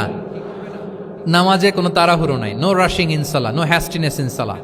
নামাজে আমরা খুব তাড়াহুড়ো করি, এটা নামাজের যে প্রাণ, সালাতের প্রাণকে, রূহকে নষ্ট করে দেয়। যখন রুকুতে যাবে, স্ট্রেইট ফরওয়ার্ড রুকু করবে, হাত্তা তাতমা ইন্না রাকিআন। রাসূল সাল্লাল্লাহু আলাইহি ওয়াসাল্লামের রুকুর পিঠটা ছিল একেবারে স্ট্রেইট, এই টেবিলটা যেরকম স্ট্রেইট, এরকম স্ট্রেইট। লাউ সাব্বা আলাইহিল মা লাস্তাকার, পানি ভর্তি একটা বোতল যদি রাসূল সাল্লাল্লাহু আলাইহি ওয়াসাল্লামের রুকু দেয়া পিঠের উপর রাখতো, পানিটাও পড়তো না, বোতলটাও পড়তো না, স্ট্রেইট। এরকম উদাহরণ দিয়ে সাহাবারা বলতেন যে এত স্ট্রেইট রুকুর পিঠ যে পানি ভর্তি গ্লাস রাখলে পানিটাও কাঁপবে না, বোতলটাও পড়বে না। রাসূল সাল্লাল্লাহু আলাইহি ওয়াসাল্লাম বলতেন, সবচেয়ে বড় চোর যারা নামাজে চুরি করে। সাহাবারা বললেন, এটা আবার কিভাবে? তিনি বললেন, লা ইউতিম্মু রুকুআহু ওয়া সুজুদাহ, তারা নামাজের চোর যারা রুকু সেজদা ঠিক মতো করে না। তো বললেন যে রুকু থেকে আবার স্ট্রেট হয়ে দাঁড়াবে, যখন সিজদায় যাবে ইতমিনানের সাথে, উইথ রিল্যাক্সেশন। নামাজের মধ্যে কি থাকবে? রিল্যাক্সেশন থাকবে। যখন বললেন যে এই 1 রাকাত যেমনি তোমাকে শিখালাম, সব নামাজ তুমি এইভাবে পড়বা, উইথ রিল্যাক্সেশন, নো রাশিং, তখন সাহাবী শিখে গেলেন। তাহলে এই যে অবজারভেশন অ্যান্ড কারেকশন, দেখতেন হোয়াটস গোয়িং অন অ্যারাউন্ড, কি হচ্ছে, ভুল হলেই শুধরে দিতেন। হজের দিন উনি ওটের সামনে বসা, পেছনে ফদল ইবনে আব্বাস রাদিয়াল্লাহু তাআলা আনহু, আব্দুল্লাহ ইবনে আব্বাসের ভাই, রাসূল সাল্লাল্লাহু আলাইহি ওয়াসাল্লামের কাজিন, রাসূল সাল্লাল্লাহু আলাইহি ওয়াসাল্লামের কি কাজিন। তো রাসূল সাল্লাল্লাহু আলাইহি ওয়াসাল্লাম বিভিন্ন মাসআলার উত্তর দিচ্ছেন। কি করতেছেন? মাসআলার উত্তর দিচ্ছেন। রাসূল সাল্লাল্লাহু আলাইহি ওয়াসাল্লাম হজ করেছিলেন কয়টা বলেন তো দেখি, কে জানে? হ্যাঁ, মাত্র 1টা করছে। ঠিকঠাক আছে তো উত্তর? সবাই বলেন, কয়টা হজ করেছিলেন? হ্যাঁ, আসলে রাসূল সাল্লাল্লাহু আলাইহি ওয়াসাল্লাম কেবলমাত্র জীবনে কয়টা হজ করেছেন? 1টা হজ করেছেন, 4টা উমরা করেছেন। আচ্ছা, এবার যেহেতু 1টা হজ করেছেন, মানুষের অনেক ভুল হয়ে যাওয়া তো খুব স্বাভাবিক। কি বলেন? স্বাভাবিক না? স্বাভাবিক। ফলে 10 জিলহজ, যেটা ভেরি হ্যাকটিক ডে, একদিনে অনেক কাজ করতে হয়, 5টা কাজ। জামরায় স্টোনিং করতে হয়, পাথর মারো, স্লটার করো, প্রাণী জবাই করো, মাথার চুল ফেলে দাও, আবার চলে যায় মক্কায়, ফরজ তাওয়াফ করো, সাই করো, ফিরে আসো। এই যে 5টার সিকোয়েন্স অনেকে রাখতে পারে না, ভুল করে ফেলে। এখন 1400 বছর পরে, মুআল্লিমরা এত তালিমের পরেও আমরা ভুল করে ফেলি। তাহলে ওই সময় কি হয়েছিল বলেন? এটা ছিল প্রথম হজ। তো রাসূল সাল্লাল্লাহু আলাইহি ওয়াসাল্লাম জানেন আজকে তো অনেক ভুল করবে, তিনি আকাবা, মিনার পাশে আকাবার এখানে হেল্পলাইন সার্ভিস চালু করছেন, মানে নিজে দাঁড়ায় আছেন, দেখি কার কি ভুল হয়, জিজ্ঞেস করলে মাসালা বলে দেব। সুবহানাল্লাহ। তো এসে একজন বলে যে, ইয়া রাসূলুল্লাহ, আমি তো ওই আগে কুরবানি পরে চুল কাটা, আমি আগে চুল কেটে ফেলছি। রাসূল ইসলাম বলে ইফা আল বলা হারাজ, ওকে কোনো সমস্যা নেই, যাও। আরেকজন এসে বলে আমি তো আগে এটা করছি। ওই দিন যাই নবীকে জিজ্ঞেস করা হয়েছে, নবী সাল্লাল্লাহু আলাইহি ওয়াসাল্লাম ফ্লেক্সিবিলিটি দিয়ে দিয়েছেন, বলে করো, অসুবিধা নাই। তো ওই যে দাঁড়িয়ে তিনি মাসালা বলতেছেন, পেছনে ছিল ফদল ইবনে আব্বাস, ছোট ছোট সাহাবী, তরুণ। তো খাসাআম গোত্রের এক নারী আসছিল একটা মাসালা জিজ্ঞেস করতে, and she was a very beautiful lady, বেশ সুন্দরী ছিল। তো এসে রাসূল সাল্লাল্লাহু আলাইহি ওয়াসাল্লামকে যখন প্রশ্ন করতেছে, ফদল ইবনে আব্বাস নারীর দিকে তাকায় আছে, এবং ওই নারীও ফদল ইবনে আব্বাসের দিকে তাকায় আছে। রাসূল সাল্লাল্লাহু আলাইহি ওয়াসাল্লাম উত্তরও দিচ্ছেন, আবার খেয়াল করতেছেন যে চোখাচোখি হয়ে যাচ্ছে। যখনই তিনি অবজার্ভ করলেন যে ফদল ইজ ক্রসিং দ্য লিমিট, একবার চোখ পড়তে পারে, তারপর তো নামিয়ে ফেলতে হবে, সে যখন তাকিয়ে আছে, নারীও তাকিয়ে আছে, তখন রাসূল সাল্লাল্লাহু আলাইহি ওয়াসাল্লাম কি করলেন, ওয়াজআলা নবী সাল্লাল্লাহু আলাইহি ওয়াসাল্লাম ইয়াসরিফু ওয়াজহাল ফদলি ইলা শিক্কিল আখার, সাথে সাথে ফদলকে বললেন, ফদল ওইদিকে না, এদিকে তাকাও। এটা সরাসরি হাদিসের অনুবাদ করে শোনাচ্ছি, আমার পক্ষ থেকে না, এবং বুখারীর হাদিস। ফাজআলা ইয়াসরিফু ওয়াজহাল ফদলি, ফদল ইবনে আব্বাসের চেহারাটা রাসূল সাল্লাল্লাহু আলাইহি ওয়াসাল্লাম ঘুরিয়ে ফেললেন, যে ফদল ওইদিকে তাকানো যাবে না, এদিকে তাকাও। ফদল রাদিয়াল্লাহু তাআলা আনহু নিজেকে সামলে নিলেন। এই যে this is the point, observation. এটা কি বলে? Observation and correction. রাসূল Islam he was a very good observer, what's going on around, কি চলতেছে সব দিকে চোখ কান খোলা। বাংলায় কি বলে? বাংলায় বললে বুঝবেন ভালো, চোখ কান খোলা রাখতে হবে। তো রাসূল ইসলাম খেয়াল করলেন এবং ওনার চেহারা ঘুরিয়ে দিলেন। এভাবে তিনি কেউ ভুল করলে শুধরে দিতেন। এবং শুধরে দেওয়ার আরেকটা নিয়ম রাসূল ইসলাম, আল্লাহু আকবার, অনেক পয়েন্টস এখানে, যে কিভাবে তিনি অন্যের ভুল শুধরাতেন। কিভাবে ভুল শুধরাতেন? আমরা কিভাবে ভুল শুধরাই? বাংলাদেশের যে টেন্ডেন্সি, কেউ ভুল করলে আর মাইক্রোফোন যদি পাই যে মাহফিলে, এইবার তো পাইছি ওই বেটারে, ও কাফের, ওর দাদা কাফের, ওর 14 গোষ্ঠী কাফের, ও মারা যাওয়ার পরে যেখানে কবর দিবে, ওই কবরের উপর যে ঘাস উঠবে, ওই ঘাস যে গরু খাবে, ওই গরুর দুধ যে খাবে, ও কাফের। আমি জাস্ট সিনারিওটা আপনাদের সাথে শেয়ার করি, যে নিয়ম হচ্ছে কি। লেটস সে আমার একজন কো স্পিকার কোনো কিছু একটা ভুল করে ফেলছে, তার জানা নাও থাকতে পারে, আবার আমারও একটা জিনিস জানা নাও থাকতে পারে। কেউ ভুল করলে শুধরানোর নিয়ম হচ্ছে, সে যে ভুলটা করলো এটা যে ভুল এটা জানানো, যে অনেকে এরকম এরকম বলে, আসলে এটা ঠিক না, বরং ঠিক হচ্ছে এটা, এবং এর পক্ষে দলিল হচ্ছে এটা, জাস্ট এটা বলে দেওয়া। এটা যদি বলে দেয় তাহলে কি হবে, যখন ওই যে ভুল করছে সে যখন শুনবে, তার নাম তো আর বলা হয় নাই, সে তো বুঝে যাবে এটা তো আমি ভুলটা করছি, ফলে আমি শুধরে গেলাম, ওই লোক শুধরে যাবে, আর বাকি যারা লিসেনার শ্রোতা তারা সবাই সতর্ক হয়ে যাবে। তাহলে যেটা উদ্দেশ্য ছিল কাউকে শুধরানো, ওটা হয়ে গেছে না? কারো নাম নেওয়া প্রয়োজন হয়েছে? বলেন তো। রাসূল সাল্লাল্লাহু আলাইহি ওয়াসাল্লাম যখন কাউকে কারেক্ট করতেন, তখন কখনো কারো নাম ধরে শুধরাতেন না, কারেক্ট করতেন না। আল্লাহু আকবার। নাম ধরে শুধরাতেন না, পাছে না সে লজ্জা পেয়ে যায়, পাছে না সে বিব্রত হয় মানুষের সামনে। সুবহানাল্লাহ। অন্যের রাইটস, অন্যের ব্যক্তিত্বের ব্যাপারে কতটা মর্যাদাশীল ছিলেন। কারণ কারো নাম ধরে তো আমার শুধরানোর দরকার নাই, এটা যে ভুল, সোসাইটিকে এটা জানালেই হবে। তাহলে যে ভুল করছে সে শুধরে গেল, বাকিরা সতর্ক হয়ে গেল, ঠিক না? আচ্ছা, 3 সাহাবী মিলে একবার ভাবলো রাসূল সাল্লাল্লাহু আলাইহি ওয়াসাল্লাম বাড়িতে কি কি আমল করে, আমরা একটু আম্মাজানদের জিজ্ঞেস করি, তাহলে আমরাও আমাদের আমল টামল একটু বাড়াবো। যে জিজ্ঞেস করলো যে আম্মাজানারা একটু বলেন তো উনি বাসায় কি কি ইবাদত করে, কতটুকু কোরআন পড়ে, তাহাজ্জুদ কেমনে পড়ে। আম্মাজানরা বর্ণনা দিলেন। বর্ণনা শোনার পরে কান্নাহুম তাকাল্লুহা, ওনাদের কাছে একটু কম মনে হইলো, মানে অনেক এক্সপেকটেশন নিয়ে আসছিল। তারা ভাবছিল মানে রাতে ঘুমাই না, সারা রাত তাহাজ্জুদ আর কান্নাকাটি করে রাসূল সাল্লাল্লাহু আলাইহি ওয়াসাল্লাম কাটায় দেয়, তাদের এরকম একটা ধারণা ছিল। কিন্তু এসে শুনে যে না, আসার পরে নাকি ঘুমোতে যায়, অনেকক্ষণ ঘুমিয়ে সেই মাঝরাতে নাকি ওঠে। যা যা বর্ণনা শুনলো কান্নাহুম তাকাল্লুহা, এদের কাছে একটু কম মনে হলো। তো একজন বলতেছে, আরে কম না, আইনা নাহনু মিন রাসূলিল্লাহ, কোথায় আল্লাহ রাসূল আর কোথায় আমরা। গফিরা লাহু মা তাকাদ্দামা মিন যামবিহি ওয়া মা তাআখার, ওনার তো আগের পরের সব গুনাহ মাফ। আদতে তো গুনাহই নাই, নবীরা তো মাসুম। তো ওনার সাথে কি আমাদের তুলনা, আমাদের এত কম করলে হবে না, তো কি করতে হবে? একজন বলে যে আজকে থেকে আমি আর ঘুমাবোই না সারা রাত, সারা রাত তাহাজ্জুদ পড়বো। আচ্ছা। আরেকজন বলে আমি আর না খেয়ে মানে রোজা ছাড়া থাকবো না, আমি সওমে বিসাল করব, সারা বছর রোজা রাখবো, যা করে আল্লাহ, রোজা থামাবো না, আমি রেগুলার রোজা রেখেই যাব। আচ্ছা। আরেকজন বলে আমি আর আমার স্ত্রীদের কাছেই যাব না, আমি সন্ন্যাসী জীবন নিয়ে নিলাম, আমি সন্ন্যাসী থাকবো, স্ত্রীদের সাথে মেলামেশাতে এই আমি যাব না, আমি এটা থেকে বিরত থাকবো। এই কথা যখন রাসূল সাল্লাল্লাহু আলাইহি ওয়াসাল্লামের কানে গেল, রাসূল সাল্লাল্লাহু আলাইহি ওয়াসাল্লাম রেগে গেলেন। রেগে গিয়ে সাহাবীদেরকে জড়ো করলেন। জড়ো করে তিনি বলতে আরম্ভ করলেন, আনতুমুল্লাযীনা কুলতুম কাযা ওয়া কাযা, আচ্ছা, তোমাদের মধ্যে কে কে কে নাকি এরকম এরকম বলছে? সুবহানাল্লাহ। তিনি বলতে পারতেন, এই আব্দুল্লাহ স্ট্যান্ড আপ, দাঁড়াও। আব্দুর রহিম দাঁড়াও। এই আব্দুল সাত্তার, তুমি নাকি বলছো যে সারা রাত, এটা একটা কথা বললা তুমি? তুমি নাকি বলছো যে সারা বছর রোজা, এটা তুমি কি কথা বলতো? ভুল কাজ করছো, এটাও জানো না তুমি? তুমি নাকি বলছো স্ত্রীদের সাথে মিশবা না? এরকম যদি Abdullah, Abdur Rahman, just for example, এইভাবে দাঁড় করিয়ে যদি নাম ধরে ধরে বলতেন, ওনারা সাহাবীদের সামনে লজ্জিত হতেন না? না। আনতুমুল্লাযিনা কুলতুম কাদা ওয়া কাদা, এটাই রাসূল সাল্লাল্লাহু আলাইহি ওয়াসাল্লামের কাউকে কারেক্ট করার, তাসহিহ করার অভ্যেস ছিল। মা বালু আকওয়ামিন ইয়াকুলুনা কাদা ওয়া কাদা, মাঝে মাঝে বলতেন মা বালু আকওয়ামিন ইয়াফআলুনা কাদা ওয়া কাদা, তোমাদের মধ্যে কেউ কেউ নাকি এমনটা এমনটা বলে, তোমাদের মধ্যে কেউ কেউ নাকি এমনটা এমনটা করে। কই, আমি তো রাতে ঘুমাই আবার সালাত পড়ি। কই, আমি তো রোজা রাখি সোম বৃহস্পতি, বাকি দিনগুলোতে খাই। কই, আমি তো আমার স্ত্রীদের সাথে মেলামেশা করি।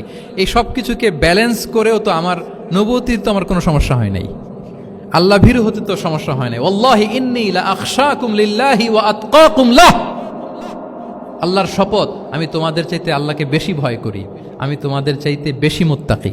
তারপরেও এরকম ব্যালেন্সড লাইফ লিড করাতে আমার তো কোনো সমস্যা হয় নাই, তোমাদের কেন সমস্যা হলো? তোমরা এটা কোথায় পেলে? ফামান রাগিবা আন সুন্নতি ফালাইসা মিন্নি। জেনে রাখো, আমি যে স্ট্যান্ডার্ড ঠিক করে দিয়েছি এটাই সর্বশ্রেষ্ঠ ইবাদত। এর বাইরে যে কেউ যদি কিছু করে আমার সুন্নতের বাইরে, সে আমার দলভুক্ত হতে পারবে। সুবহান। এরকম যখন ধমক দিয়ে শাসিয়ে দিলেন, যেই তিনজন সাহাবী এই কথা বলছিল ওনারা তো শুধরে গেলেন। ওনারা তো টের পাচ্ছেন যে এগুলো আমাদের কি বলতেছে, ওনারা টের পাচ্ছেন না, শুধরে গেলেন। আর বাকিরা সতর্ক হয়ে গেলেন। আল্লাহু আকবার। সো এটা হচ্ছে কারেক্ট করার নিয়ম। এখন আমরা কি করি? কেউ একটা ভুল করলে তখন তাকে ধরি, তার 14 পুরুষ নিয়ে কথা বলি, তার ব্যাপারে যদি আমার কোনো তিক্ত অভিজ্ঞতা থাকে, ঝাল মেটানোর একটা সুযোগ পেলাম, আমি ঝাল মেটাই, তাকে ছোট করি, হেয় করি। হেন কোনো কথা নাই যে আমি বলি না। একটাও কি রাসূল সাল্লাল্লাহু আলাইহি ওয়াসাল্লামের সুন্নাহর মধ্যে পড়ে? বলেন তো, না। তাহলে মন গড়া পদ্ধতিতে আমরা কাউকে সংশোধন করতে চাচ্ছি না। আর এইভাবে করলে সংশোধন হবেও না। সে মানবিক কারণেই তার ইগোইস্টিক প্রবলেম চলে আসবে, যে সে আমাকে ছোট করলো, আমার নাম ধরে সে এত মানুষের সামনে অপমান করলো। সে হয়তো শুধরানোর যে রাস্তাটা ছিল ওইটাও বন্ধ হয়ে গেল। ঠিক কিনা বলেন? তাহলে রাসূল সাল্লাল্লাহু আলাইহি ওয়াসাল্লাম এভাবে শুধরাতেন। আর তামিম ফি তাসওয়িবিল আখতা, কারো ভুল শুধরাতে গেলে ইন জেনারেলি শুধরাতেন। যাদের শুধরানোর তারা শুধরে যেত, বাকিরা সতর্ক হয়ে যেত। আচ্ছা, আরেকটা পদ্ধতি ছিল ক্লিয়ার মিসকনসেপশন। কারো মিসকনসেপশন থাকলে রাসূল সাল্লাল্লাহু আলাইহি ওয়াসাল্লাম এটা ক্লিয়ার করে দিতেন। এক সাহাবী মনে করতেন ভালো জামা পরলে বুঝি অহংকার হয়। তিনি খুব সুন্দর ছিলেন দেখতে, খুব ভালো পোশাক পরিচ্ছদ পরতে পছন্দ করতেন। তিনি একবার বললেন, ইয়া রাসূলুল্লাহ, ভালো পোশাক পরলে কি অহংকার হয়? রাসূল সাল্লাল্লাহু আলাইহি ওয়াসাল্লাম বললেন, না। ইয়া রাসূলুল্লাহ, আমি ভালো জুতা পরতে পছন্দ করি, এটা কি অহংকার হয়? না, এটা অহংকার হয় না। আমি মানুষকে খুব খাওয়াতে পছন্দ করি এবং আমি চাই আমার চেয়ে যেন কেউ এটা এই কাজে আগাতে না পারে, আমিই খাওয়াবো, এটা কি অহংকার? রাসূল ইসলাম বললেন, না, এটা অহংকার না। অহংকার হচ্ছে আল কিবরু বাতারুল হাক্কি ওয়া গামতুন নাস। অহংকার হচ্ছে সত্যকে প্রত্যাখ্যান করা আর মানুষকে তুচ্ছ-তাচ্ছিল্য করা। সুবহানাল্লাহ। তাহলে এই যে মিসকনসেপশন, সে ভাবছে ভালো পোশাক পরলে এটা অহংকার হয়ে যায়, ভালো জামা পরলে অহংকার হয়ে যায়। এগুলো তো অহংকার হয় না, বরং অহংকার হয় সত্যকে প্রত্যাখ্যান করলে আর মানুষকে তুচ্ছ-তাচ্ছিল্য করলে। তাহলে এই যে মিসকনসেপশন ইন দ্য সোসাইটি, এটাকে তিনি ক্লিয়ার করে দিতেন। আচ্ছা, রাসূল সাল্লাল্লাহু আলাইহি ওয়াসাল্লাম প্র্যাকটিক্যালি শেখানোর চেষ্টা করতেন। কি করতেন? প্র্যাকটিক্যালি, যেটাকে প্রায়োগিক শিক্ষা, ব্যবহারিক শিক্ষা। অজু করে দেখাতেন, এইভাবে অজু করতে হয়। সালাত পড়ে দেখাতেন, সল্লু কামা রাআইতুমুনি উসাল্লি। সালাত তো হচ্ছে আল আমাল আল মুতাওয়ারাস, এই উম্মার অবিচ্ছিন্ন কর্মধারা। সালাত জিবরিল আলাইহিস সালামকে শিখিয়েছেন আল্লাহ, রাসূল সাল্লাল্লাহু আলাইহি ওয়াসাল্লামকে শিখিয়েছেন জিবরিল আলাইহিস সালাম, রাসূল সাল্লাল্লাহু আলাইহি ওয়াসাল্লাম শিখিয়েছেন সাহাবীদেরকে। এইভাবে অবিচ্ছিন্ন কর্মধারা, আরবিতে বলে আল আমাল আল মুতাওয়ারাস। এবং রাসূল সাল্লাল্লাহু আলাইহি ওয়াসাল্লাম বলতেন, সল্লু কামা রাআইতুমুনি উসাল্লি, আমাকে যেমনি সালাত পড়তে দেখো এইভাবে পড়ো। হজের ক্ষেত্রে বলেছেন, খুদু আন্নি মানাসিকাকুম, হজের বিধানকে দেখে নাও। একবারই তো হজ করেছেন, হাতে কলমে প্র্যাকটিক্যাল গাইডলাইন দিয়ে শিখিয়েছেন। এবং সাহাবারা ভুল করে কিনা মাঝে মাঝে শুনতেন, যেটাকে আরবিতে বলে কিরাআতু তিলমিযা আলা শাইখ। আব্দুল্লাহ ইবনে মাসউদ রাদিয়াল্লাহু তাআলা আনহুকে রাসূল সাল্লাল্লাহু আলাইহি ওয়াসাল্লাম একবার বললেন, আব্দুল্লাহ একটু তেলাওয়াত করো তো। তিনি বললেন, আকরাউ আলাইকা ওয়া আলাইকা উনজিল, হে নবী, আমি আপনার সামনে দাঁড়ায় তেলাওয়াত করব, আপনার উপর কোরআন নাজিল হয়। রাসূল সাল্লাল্লাহু আলাইহি ওয়াসাল্লাম বললেন যে, ইন্নী উহিব্বু আন আসমাআহু মিন গায়রি, হে আব্দুল্লাহ ইবনে মাসউদ, আমি কোরআন তেলাওয়াত তোমাদেরকে শোনাতে যেমনি পছন্দ করি, তোমরা কেউ পড়বা আর আমি শুনবো, এটাও খুব পছন্দ করি। কারণ উনি প্ল্যান করে রাখছেন আব্দুল ইবনে মাসউদ কি হবেন, তিনি কিছুদিন পরে উম্মার শিক্ষক হবেন, ওইখানে আবার ভুলটুল করে ফেলেন কিনা উনি জাজ করতেছেন। তখন আব্দুল ইবনে মাসউদ রাদিয়াল্লাহু তাআলা আনহু সূরা নিসা তেলাওয়াত করে শোনালেন। তাহলে রাসূল ইসলামের একটা পন্থা ছিল, তিনি শুনতেন আবার শোনাতেন। কি করতেন? শুনতেন। প্রতি রমাদানে যতটুকু কোরআন নাজিল হয়েছে তিনি জিবরিল আলাইহিস সালামকে শোনাতেন, আবার জিবরিল আলাইহিস সালাম পুরো কোরআন রাসূল সাল্লাল্লাহু আলাইহি ওয়াসাল্লামকে শোনাতেন। এটা ছিল একটা টেকনিক। আচ্ছা, রাইটিং মেথড, আমরা যেমনি লেখি, অ্যাসাইনমেন্ট, প্রেজেন্টেশন, লেখার মাধ্যমে জ্ঞান বিতরণ, জ্ঞান অর্জন, এটা কম ছিল। আমি আগেই বলেছি মেইনলি ছিল oral based and QnA based, কিন্তু লেখা জোখা যে ছিলই না তা না, লেখা জানতো। হাতে গোনা অল্প কিছু সাহাবী মক্কায় লিখতে জানতেন, পড়তে জানতেন। মদিনাতেও ইহুদিরা জানতো, কিন্তু অন্যান্যরা, আরবরা, তাদের মধ্যে লেখার যে কালচার এটা ওইভাবে গড়ে ওঠেনি, জানতেন অল্প সংখ্যক লোক। যেমন ওহী লেখক সাহাবী ছিলেন ইবনে কাসিরের বর্ণনা মতে 23 জন। কয়জন? ওনারা খেজুর গাছের ছালে, পাথরে, চামড়ায়, প্রাণীর চ্যাপ্টা হাড়ের মধ্যে কোরআন লিখে রাখতেন, এবং রাসূল সাল্লাল্লাহু আলাইহি ওয়াসাল্লাম কোরআন ছাড়া অন্য কিছু ওনার কাছ থেকে যেন লিখে রাখা না হয় এই মর্মে আদেশ জারি করেছেন, লা তাকতুবু আন্নী গায়রাল কোরআন ওয়া মান কাতাবা আন্নী গায়রাল কোরআনি ফালইয়ামহু। কোরআন ছাড়া কিছু লিখো না। তাহলে কোনটা আমার কথা আর কোনটা আল্লাহর কথা মিক্স আপ হয়ে যাবে। কিন্তু কোরআন যখন অধিকাংশ রেকর্ডেড হয়ে গেল, তখন তিনি হাদিস সংরক্ষণের জন্য, লেখার জন্য পারমিশন দিয়ে দিলেন। যেমন মক্কা বিজয়ের ভাষণের পরে ইয়ামান থেকে আসা এক লোক আবু শাহ বলতেছে, ইয়া রাসূলুল্লাহ, আপনার ভাষণটা আমার একটু লিখে দিলে ভালো হয়। কি দিলে?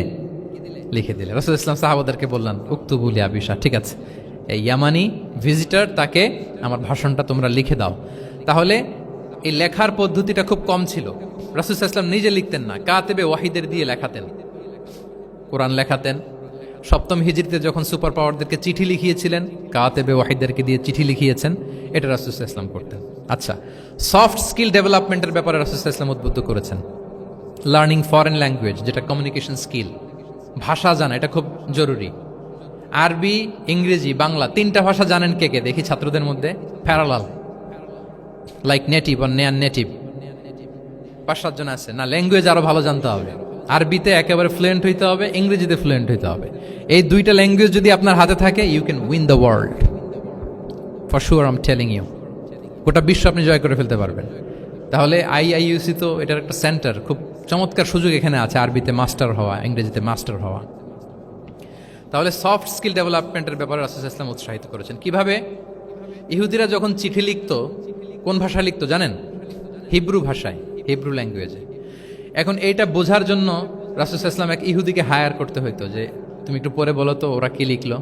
আচ্ছা, এটা লিখছে। এর বিপরীতে রাসূল যখন আবার চিঠি লিখবেন, তখন এক ইহুদিকে ডাকতে হইতো, যে আমি বলতেছি আরবিতে, তুমি এটা হিব্রুতে ট্রান্সলেট করে পাঠাও। তো যেহেতু ইহুদিরা বিশ্বাসঘাতকতার অনেকগুলো ইনসিডেন্ট আছে, ট্রেচারি, বিট্রেয়াল ইনসিডেন্ট অনেকগুলো আছে, রাসূল সাল্লাল্লাহু আলাইহি ওয়াসাল্লাম বললেন, আমি ইহুদিদেরকে বিশ্বাস করতে পারি না। কারণ একজনটা নিয়ে আসলাম, চিঠি একটা লিখছে একটা, সে অর্থ শোনাইলো আরেকটা। আমি বললাম লিখতে একটা, সে বিশ্বাসঘাতকতা করে লিখে দিল আরেকটা, তাহলে ঝামেলা হয়ে যাবে না? রাসূল সাল্লাল্লাহু আলাইহি ওয়াসাল্লাম তিনি যায়েদ ইবনে সাবিত রাদিয়াল্লাহু তাআলা আনহুকে বললেন যে তুমি এই হিব্রু ল্যাঙ্গুয়েজ শিখবা, শিখে আমার পক্ষ থেকে অন বিহাফ অফ মি তুমি জুইশদেরকে চিঠি লিখবা, ওদের চিঠি আসলে তুমি আমারে পড়ে শোনাবা। ইন্নী লা আমানু আলা ইয়াহুদ ফি কিতাবি, আমি ইহুদিদেরকে বিশ্বাস করি না। রাসূল সাল্লাল্লাহু আলাইহি ওয়াসাল্লাম যখন ওনাকে অ্যাসাইন করলেন এবং দোয়া করলেন, রাসূল সাল্লাল্লাহু আলাইহি ওয়াসাল্লামের দোয়ার বরকতে উনি বলেন যে 15 দিন যেতে না যেতে I became master in Hebrew within 15 days.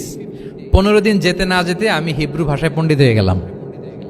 এরপর থেকে যত চিঠি ইহুদিদের কাছে লেখা প্রয়োজন হতো, আমি যায়েদ ইবনে সাবিত লিখে দিতাম, এবং হিব্রুতে চিঠি আসলে আমি অনুবাদ করে দিতাম। তাহলে দেখেন রাসূল সাল্লাল্লাহু আলাইহি ওয়াসাল্লাম কিন্তু এই কমিউনিকেশন স্কিল ডেভেলপমেন্ট করার জন্য, যেটাকে সফট স্কিল আমরা বলি, ইন্সপায়ার করেছেন না?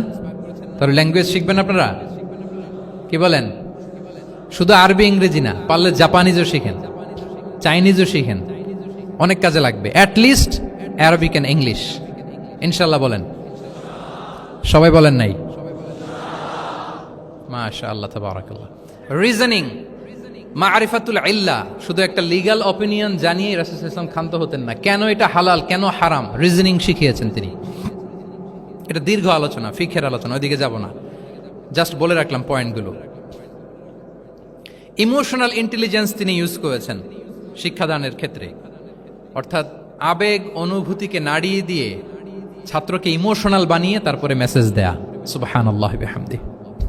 এক যুবক এসে বললেন, ইয়া রাসূলুল্লাহ ইদান লি বিজিনা, হে নবী আপনি আমাকে জিনার অনুমতি দিন, জিনার অনুমতি দিন। ফা আকবালাল কওমু আলাইহি ফাজাজারুহু মাহমাহ, সাহাবারা ধমকাতে লাগলাই, বেয়াদব, লজ্জা শরমের মাথা খেয়ে কি বলো এগুলো তুমি নবীর সামনে, জিনার অনুমতি দাও।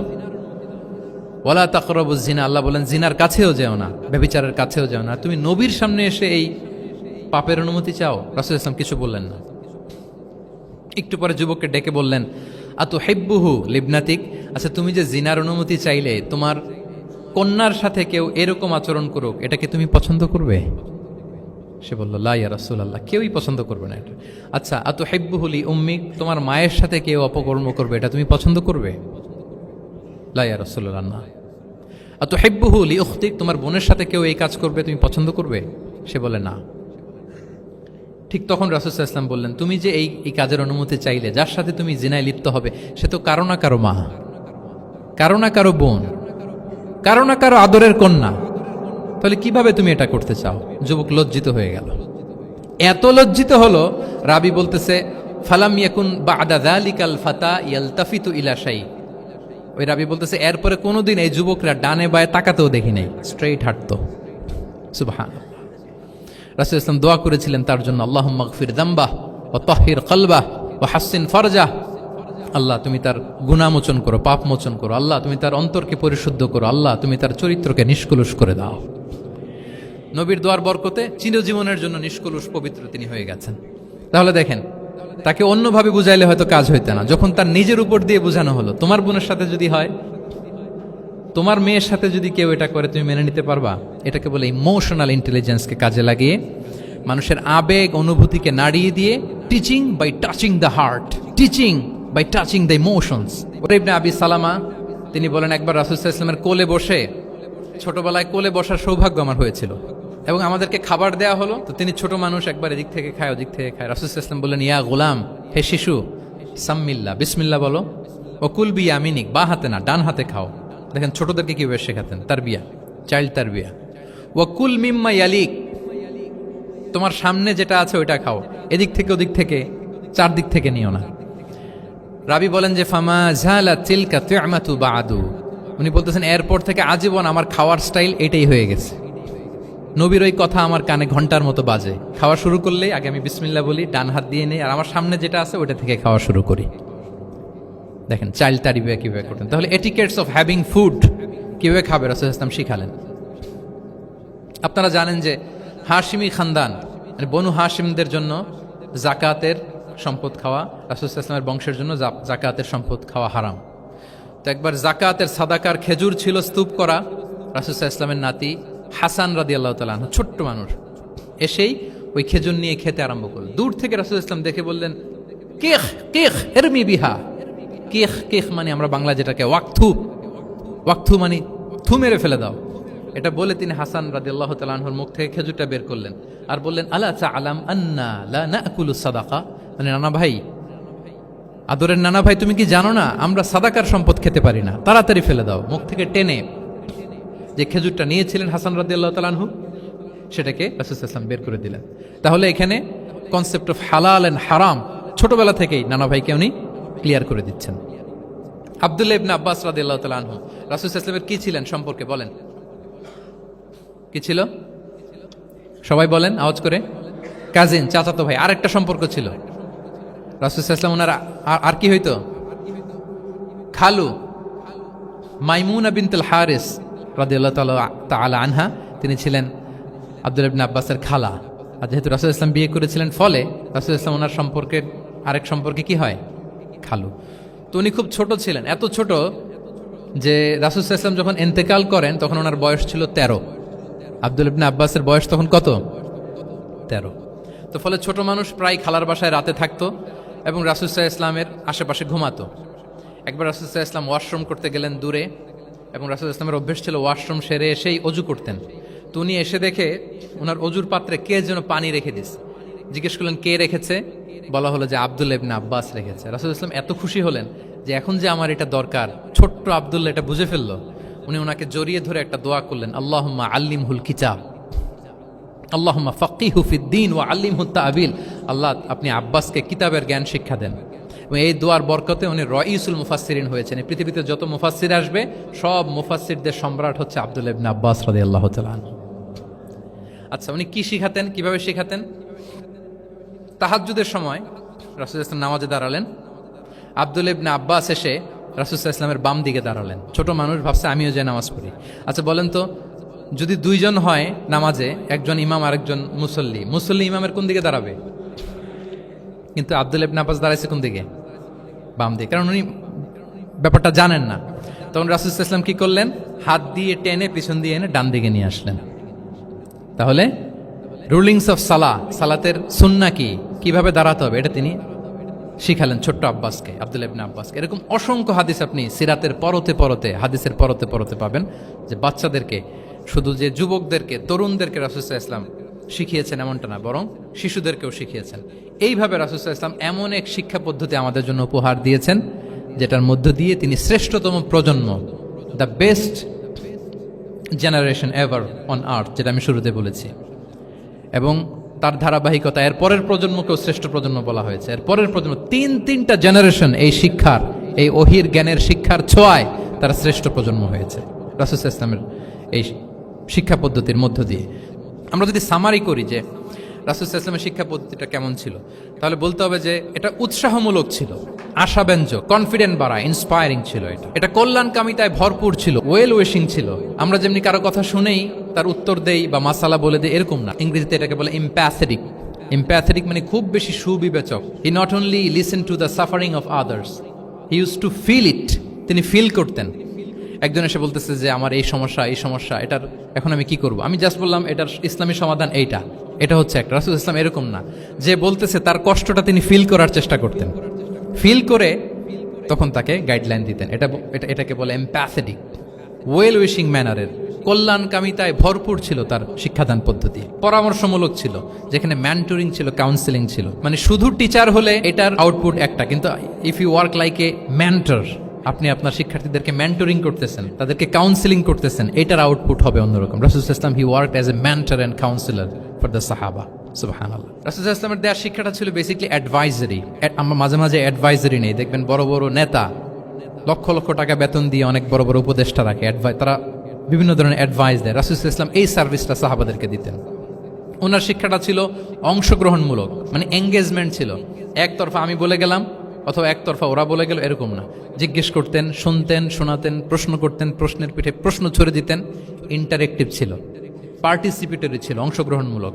এটাকে আমরা মানে ক্লাসিক স্কলাররা যেটাকে বলে সোহবাহ, কি বলে? আমরা বলি না যে সোহবতের বড় প্রয়োজন? রাসূলুল্লাহ সাল্লাল্লাহু আলাইহি ওয়াসাল্লামের সোহবতে মূলত ওনারা নলেজটা অর্জন করেছিলেন। পার্টিসিপেটরি ছিল, এঙ্গেজমেন্ট ছিল। এবং আমরা উল্লেখ করেছি যে Q&A বেস ছিল, প্রশ্নোত্তরমূলক, ওরাল ছিল, যৌক্তিক ছিল, রেশনাল, রিজনিং শিখাতেন। কেন এটা হালাল, কেন হারাম, কেন এটা ডুজ এন্ড কেন এটা ডোন্টস, এটা রাসূলুল্লাহ সাল্লাল্লাহু আলাইহি ওয়াসাল্লাম বলেছেন। এবং he use to prioritise the youth in training and grooming. বিশেষ করে বয়স্ক সাহাবাদের থেকে যুবকদেরকে বেশি প্রায়োরিটি দিতেন তালিমের ক্ষেত্রে, তারবিয়ার ক্ষেত্রে, কারণ তারাই উম্মাকে লিড দেবে। তারাই কি উম্মাকে লিড দেবে। এই যে এখানে যারা বসে আছেন, আমার তো মনে হয় বয়স 25 থেকে 30, এর আগেই বেশিরভাগ। সো আপনাদেরকে লিড দিতে হবে আগামীর বাংলাদেশে, ঠিক কি না? এজন্য রাসূলুল্লাহ সাল্লাল্লাহু আলাইহি ওয়াসাল্লাম বাছাই করে করে কোন সাহাবীর কি ধরনের যোগ্যতা আছে এবং ইসলামের জন্য এটা কিভাবে কাজে লাগতে পারে, ওইভাবে সাহাবীদেরকে তিনি গাইড করতেন। এবং সেটার ফলাফল তো আমরা দেখেছি, খয়রুল কুরুনি করনি সুম্মাল্লাযীনা ইয়ালুনাহুম সুম্মাল্লাযীনা ইয়ালুনাহুম। এই ওহির জ্ঞানের স্পর্শে, এই শিক্ষার, এই তালিমের স্পর্শে তারা শ্রেষ্ঠ প্রজন্ম হয়েছেন। এবং তার পরের প্রজন্ম, তিনটা প্রজন্মকে তিনি শ্রেষ্ঠ প্রজন্ম বলে ঘোষণা দিয়েছেন। আমি আর দীর্ঘায়িত করব না। আমরা যদি রাসূলুল্লাহ সাল্লাল্লাহু আলাইহি ওয়াসাল্লামের আনিত এই শিক্ষা পদ্ধতি আমাদের শিক্ষা ব্যবস্থার মধ্যে ইনক্লুড করতে পারি, তাহলে আমরাও আমাদের প্রজন্মকে ওইরকম শ্রেষ্ঠ প্রজন্ম হিসেবে গড়ে তুলতে পারবো ইনশাআল্লাহ বিইذনিল্লাহ। আওয়াজ করে সবাই পড়ে ইনশাআল্লাহ বিইذনিল্লাহ। আমি সবাইকে আবারও অন্তরের অন্তঃস্থল থেকে শুকরিয়া জানাই। Discourse on prophetic teaching methodology, এই শিরোনামের আলোচনা প্রায় 1.5 ঘন্টা যাবৎ খুব মনোযোগের সাথে আপনারা শুনেছেন। আল্লাহ তাআলা আপনাদের সবাইকে কবুল করুন, আপনাদেরকে ভালো রাখুন, ঈমানের সাথে রাখুন।